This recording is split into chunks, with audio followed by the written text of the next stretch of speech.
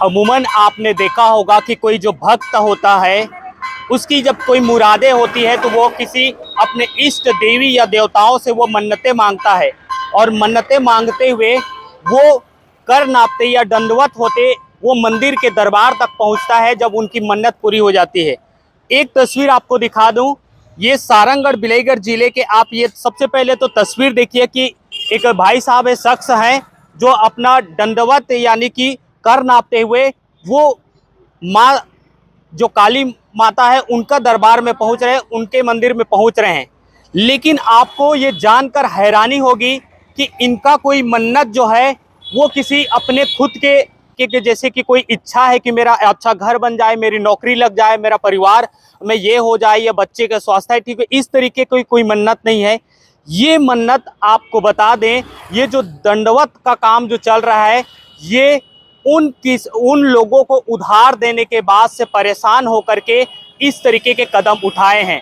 आपको बता दें, ये जो दंडवत का काम करते हुए माता के दरबार तक पहुंच रहे हैं, ये शख्स जो है वो अपने जो करीबी लोग जो हैं या जो स्थानीय लोग हैं उन्हें वो अपना सामान, कीमती जो सामान है वो उन्होंने दिया है, और देने के बाद से अब तक उन्हें पैसा वापस नहीं किया गया। या जो सामान दिए थे उसके बदले उन्हें पैसे नहीं देंगे, यानी कि जो खरीदी बिक्री का जो लेन देन किया गया था उन्हें अभी तक पैसे नहीं मिले। उस बात को लेकर परेशान होकर के अब उन्होंने एक अनोखा कदम उठाया है। छत्तीसगढ़ की अगर बात करें तो ये खबर जो आपको बता दें, ये छत्तीसगढ़ में सबसे अलग खबर है। एक अनोखी तस्वीर निकलकर सामने आई कि देख सकते हैं ये भाई साहब हैं और ये उधारी के जो पैसे दिए हैं या फिर जो सामग्री दिए हैं वो इन्हें नहीं लौटाया गया, जिसकी वजह से इन्होंने इस तरीके के कदम उठाए। हम बातचीत करने की कोशिश करते हैं कि आखिरकार क्या कुछ पूरा मामला है, तमाम चीज। पहले परिचय बताएं अपना। मेरा नाम मनोज कुमार देवांगन है, मैं रायगढ़ से हूँ। मेरे को पैसा ये लोग नहीं दे रहे हैं। आप पैसे से क्या करते हैं?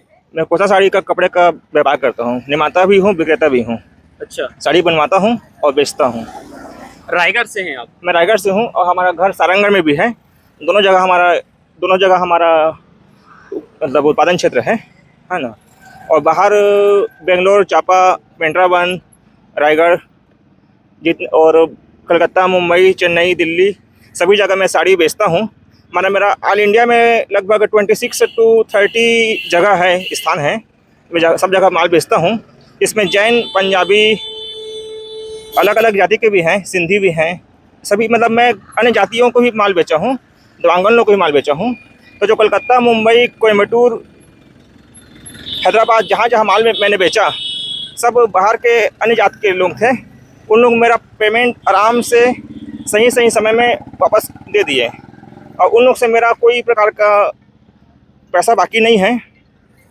मेरे जो भाई लोग हैं, भैया लोग हैं, चाचा लोग हैं, जो अपने ही जात के दिव्यांगन जाति के ही हैं, माने कहना चाहिए जो अपने ही दिव्यांगन ही हैं, उन्हीं लोग मेरा पैसा को रोके हैं और पैसा नहीं देना चाहते हैं उन लोग मेरा, और उन लोग कसम खा दिए पैसा नहीं देंगे बोल के। नहीं, यहाँ पे जाति वाला कोई ऐसा फैक्टर नजर नहीं आता। असल मुद्दा क्या है ये बताइए। असल मुद्दा वही है सर कि जो पोस्टर लगा हुआ है उस पोस्टर में जितने लोगों का नाम है, 6 लोगों का, उन लोगों से मैं निवेदन करता हूँ मेरा पेमेंट दे दीजिए, क्योंकि वह पेमेंट जो मैं पाऊँगा वह पेमेंट मुझे भी मार्केट में देना है। कई लोगों को मैं भी पैसा लग रहा हूँ, तो जिन लोगों को लग रहा हूँ उन लोग मेरे ऊपर गुंडागर्दी कर रहे हैं, मुझे परेशान कर रहे हैं, और मुझे मैं पेमेंट जब तक नहीं दूंगा तो उन लोग मेरे से परेशान करते रहेंगे। और एक दिन ऐसा आएगा कि मेरे को अपना घर बेचना पड़ेगा और मेरे को भीख मांगना पड़ेगा। तो इसके लिए मैं जो फैलाया हूँ अपना बिजनेस को, तो जैसे मैंने अपना बिजनेस फैलाया है उसी तरह से ही तो मैं पेमेंट अपना लूँगा ना, ये मेरा कहना है। कितने लागत रुपए आप लोगों ने कारोबार किया था और कितना नहीं मिला अभी तक? मेरा ये 6 पार्टी का मिला करके लगभग 1.5 करोड़ रुपए हो रहा है। इसमें का मैं 80 लाख मेरे को देना है मार्केट में, और 70 लाख रुपए बैंक का लोन है। ये जो 1.5 करोड़ के आसपास की बात बता रहे हैं आप, और जो 6 लोग हैं उन्हें आपने सामग्री दिया है, क्या क्या सामग्री दी है आपने? कोसे का साड़ी दिया था, रूपन साड़ी दिया था, और मैंने ज़्यादा का माल दिया। जैसे मान लो 10 लाख का माल दिया तो 5 लाख मुझे पेमेंट मिला, फिर 13 लाख का माल दिया तो 10 लाख पेमेंट मिला। तो कुछ रकम रुकते जाता है, एग्जैक्ट पेमेंट नहीं आता। तो जो रुकता है पेमेंट, वो रुका हुआ पेमेंट बाद में मिलेगा बोल करके मुझे ठगते इन लोग बैलेंस खड़ा कर दिए हैं। और आज ऐसा कंडीशन खड़े कर दिए हैं मेरे ऊपर कि तेरा पैसा तेरे को नहीं देंगे, इस टाइप का। आपके पास बिल वगैरह है, सारा चीज? जीएसटी बिल है, और जो पार्टियां का नाम है उनका हैंड राइटिंग, उनके हाथ से लिखा हुआ खाता बही का मेरे पास कॉपी है। इससे बड़ा प्रूफ क्या लेंगे? अच्छा ये बताइए कि आप दंडवत होकर के इस तरीके कदम उठाने मतलब इसका क्या संदेश दे रहे हैं आप? मैंने इन लोगों को इन लोगों को मैंने लीगल नोटिस भेजा, लेकिन लीगल नोटिस भेजता हूँ जब भी ना, तीन लोग अपने दुकान में पोस्टमैन को पैसा खिला देते हैं और नोटिस को स्वीकार नहीं करते हैं, लेने से इनकार कर देते हैं। तो मैं देखा कि कानूनी में मैं जाता हूँ, मान लो कानूनी की सहायता लेकर के, तो इन लोग तो मेरे से बहुत होशियार हैं, मैं उतना होशियार नहीं हूँ।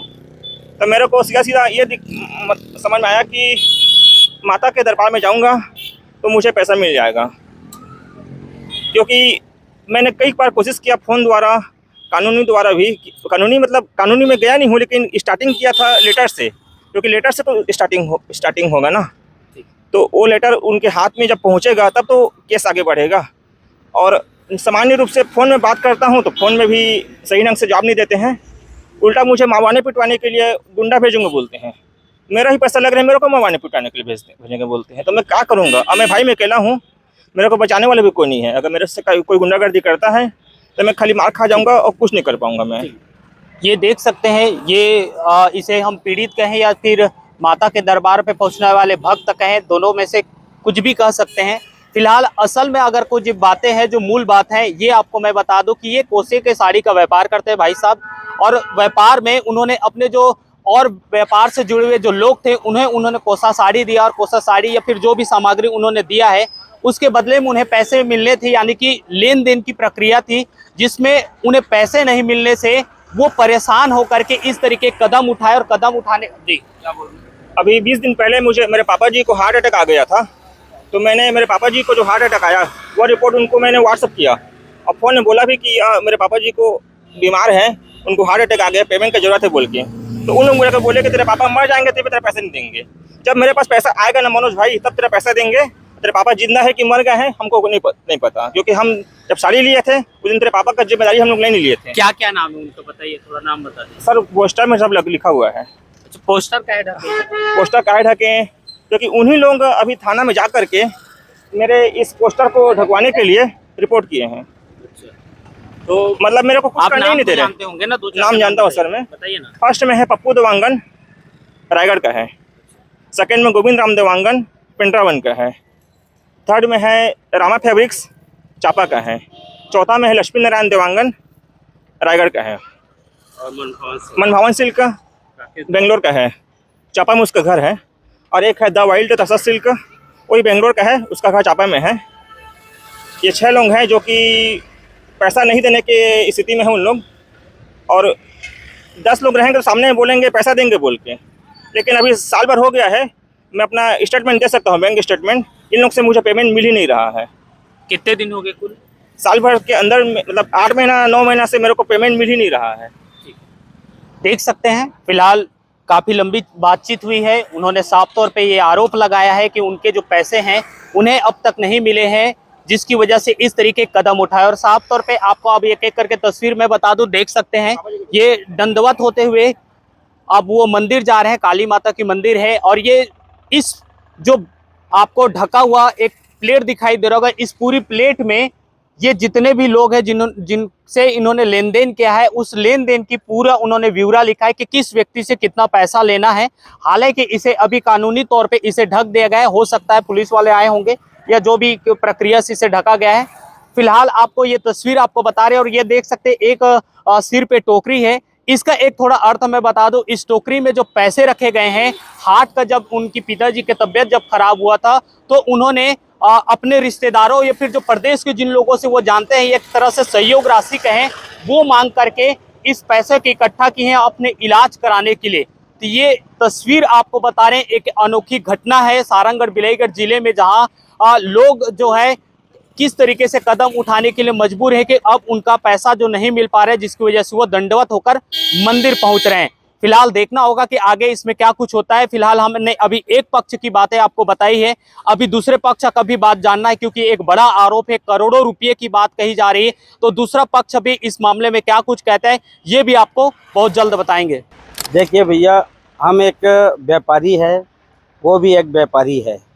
हम दोनों का आपस में लेन देन जरूर था, लेकिन इस तरह का वो जो हमको बदनाम करने का माहौल पैदा किया है, घर घर में जाकर देवांगन मोहल्ले में जहां हमारा व्यवसाय चलता है वहां जाकर उन्होंने हमको बदनाम करने की जो साजिश रच रही है और कोशिश कर रही है, ये तो हमारे लिए बहुत ही बुरी हालत पैदा कर रही है। हमारा जीवन यापन जहाँ काम करना है वहाँ हम काम नहीं कर सक रहे हैं। जो आदमी को जानकारी नहीं है वो आदमी को भी जानकारी हो रही है और हमारा जीवन यापन यहाँ पर पूरी तरीक़ा से समाप्त दिख रही है।